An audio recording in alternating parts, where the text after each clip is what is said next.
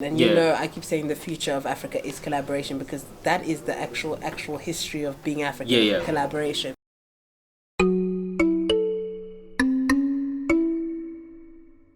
Hi everyone. We have the phenomenal Dali over here. Thank you. And he's not phenomenal just because he happens to be good looking.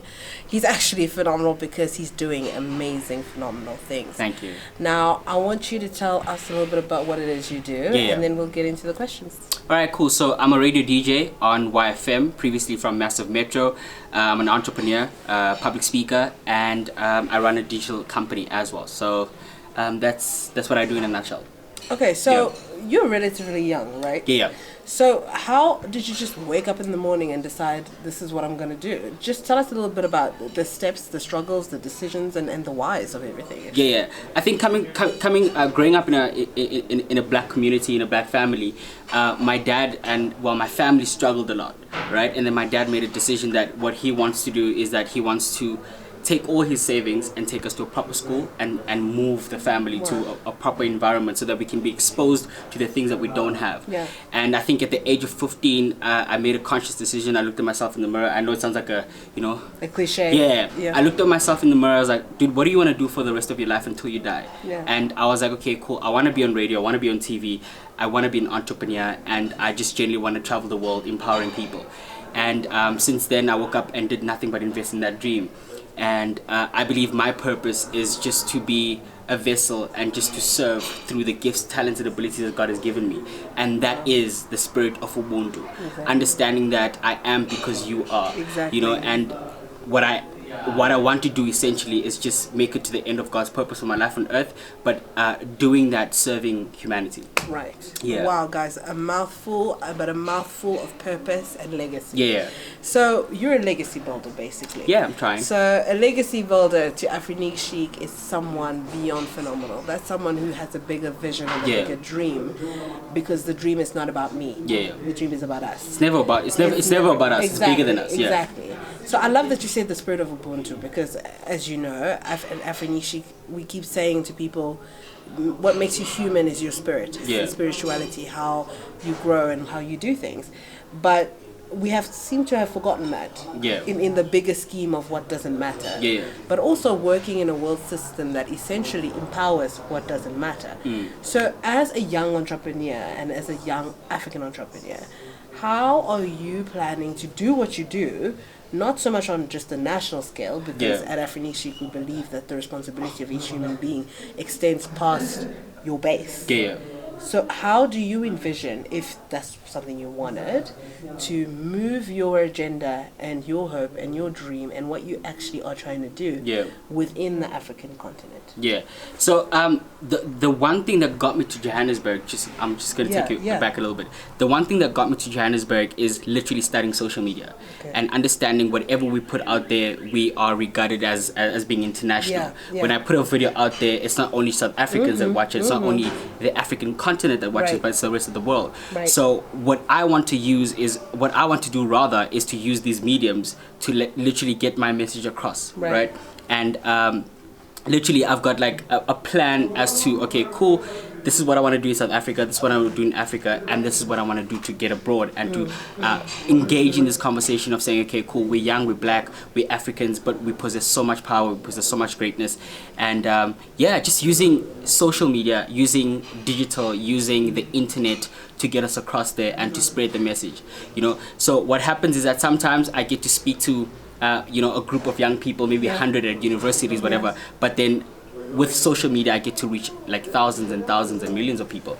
So that's how I plan to get the message across, and that's how I plan to empower people. And it all just takes a day at a time. Like literally just wake up every day and invest and just work, So I love that you said it takes every day, because I think our generation is a give me now generation. It's like popcorn generation, now, instant. Without understanding that, no, it takes work. You don't just grow up and become a popcorn seed. You have to start as a seed, and before that you were something else. So that having been said, and I think in the world where it's not so much just our generation, but actually society has become about the give me now. and just looking at the state of the world and the state of Africa, and you keep saying empowerment, empowerment. How are you personally, through your vision, your ambition, and what you hope to achieve, empowering? What does empowering mean in terms of Dali's brand, but Dali the human being as well? Yeah. So I'm very practical. So I didn't graduate because my parents couldn't afford it. Yeah. And in the same year, I got a call from DJ Spoo, who's now my mentor. Excuse me. And as I come up to Joburg, and when I got the platform, I was like, okay, cool. Because I didn't graduate as a young black person. Yeah. What I actually want to do is help other people graduate. That's how I'm empowering people. Yeah. So I took the show and I took the platform and I took the context and the people that were available to me, and I was like, okay, cool. How do we make sure that these kids don't struggle at school with fees? How do we make sure that we give them jobs? Because we all understand how hectic and crazy it is in South Africa in terms of youth unemployment. In Africa, actually, yeah, in Africa. So I was like, okay, cool. I'm going to use these platforms to literally be practical and give solutions that are going to help young people. So I will do motivational videos on my Instagram, on my social media, on my radio show, TV stuff that I do. I will help young graduates get jobs. I will help people with fees. I will like literally help people with clothes, with food. Yeah. Like I recently adopted what do you call it? An orphanage called New Jerusalem in Midrand, where whenever I feel like, okay, cool, I've got a little bit of money, let me just like go and buy food and then just help them out. Yeah. So that's how I'm trying to empower young people and empower Africans and empower, you know, the community. Yeah. And also through conversations, these conversations that we're having right now, like tonight, you know. Yeah.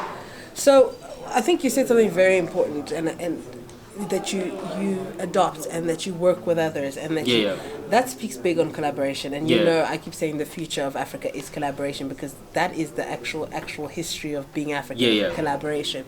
Everybody has a purpose, everybody has a job. Now I love that you came here tonight, because this is in and of itself a collaboration. But in terms of the future goal, what do you hope to achieve with other like-minded African, or even those who are not like-minded?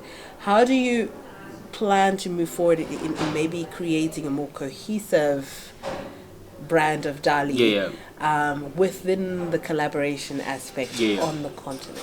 I think, like I said earlier on, we've got, right? And the minute I think that I can do it by myself, I'm literally playing myself, you know? Exactly. So the one thing that I actually want to do in the long term is I want us to build big brands, companies. Companies like Coca-Cola, companies like Gucci, Louis Vuitton. Everything like considered luxury. You know, because we have the capacity and we have the knowledge. We are the and luxury. Exactly, So I want us to get to a point where we're building brands that are international. And I want us to get to a point where we're literally narrating our story and we're narrating our journey, because what happens is that people come from outside and they come here, they steal our lifestyle and our culture and they resell it to us. Quick example of that, All Stars comes from the black community, and then it's like, it's like a thing. And that's rap, soul food. Exactly, you know what I mean. So that's the big, like, long-term goal for me, for us to reclaim and take our position and understand that we've got great power, we've got great capacity, and we have the knowledge and skills to literally overtake and claim what is ours as Africans. So as a basis, I love that you said you came from a background that, in the world's eyes would be considered he'll never succeed. I was told that so many times. No matter what he does, he'll never succeed. So you technically beat the odds on paper, but also are actually beating the odds in reality. What do you have to say to the youth, or even to people in our generation who feel like, I'm never going to make it and I'm useless, and how do they recapture that sense of self-belief and self-worth and self-root? I'm not going to lie to you. So for me, I believe that self-awareness is a huge contributor to your success. My parents in Xhosa would always tell us that so that essentially just means that self-awareness is a huge contributor to your success. If you do not know who you are, where you come from, it's very hard for you to predict what the future is going to look like. So I had to spend a lot of time with myself, understanding who I am, my personality, my character, where I'm from, my culture, so that I can better build my future. And you know, what happens when you do that, it's easy to be practical and it's easy to do things because you understand who you are. What happens what's happening right now in South Africa is that we're told that we're not good enough. And there's so much money in being told that we're not good enough. And in the whole of Africa, actually. Your hair is not curly enough, or your hair is not straight enough, you're not black or enough, you're not black enough, or this whatever. Buy this, do this, whatever. There's money in that, in telling us that we're not good enough. So I think for me, the one thing that I'd say to young people and people watching or people out there is that understand who you are and identify your gifts, your talents and abilities, and just use that to empower and to serve humanity. I love that. At Afrinique-Chic, we like to say, being African is not a race thing. And it's not a border thing. It's not about skin. It's not about, exactly. It's not about any of that. But unfortunately, we live in a world where the narrative, it does matter that you're white. It does matter that you're pink, that you're purple, that so on and so forth. What interests me in terms of changing that narrative of them versus us, especially considering everything that's happening in the country now. Because I believe if you hate self and you start slowly chipping at yourself, and then there's what left? Nothing. But what I want to focus on is not so much the race thing, just who we are as a whole. As South Africa, because you're a South African born in South Africa, and I consider myself a South African and someone from DRC, but there are a lot of people who are an actual mix of things, right? Considering the political and just the general narrative that's happening now, what would you say to that? As in, how does that make you feel? Considering you're a Pan-Africanist by all means, how can we change that narrative, that conversation? How can we, make people understand that this life is about more than this? I think answering your question, it goes back to what we were speaking about tonight and yesterday, which is let us just engage in conversations. What we're doing is that we just like you're saying, we're following trends, we're adopting to what we're being fed. And I want to go back to the self-awareness thing. When you do not know who you are and do not understand where you're from, you are told by other people who you are and what you need to do. And we generally need to just come together and have these conversations day by day so that we can empower each other and change the perspective and change the narrative, and then just take practical steps afterwards to ensure that we, protect our legacy as Africans. Thank you so much for taking the time for number one coming tonight and collaborating. She's beautiful, by the way. Thank you.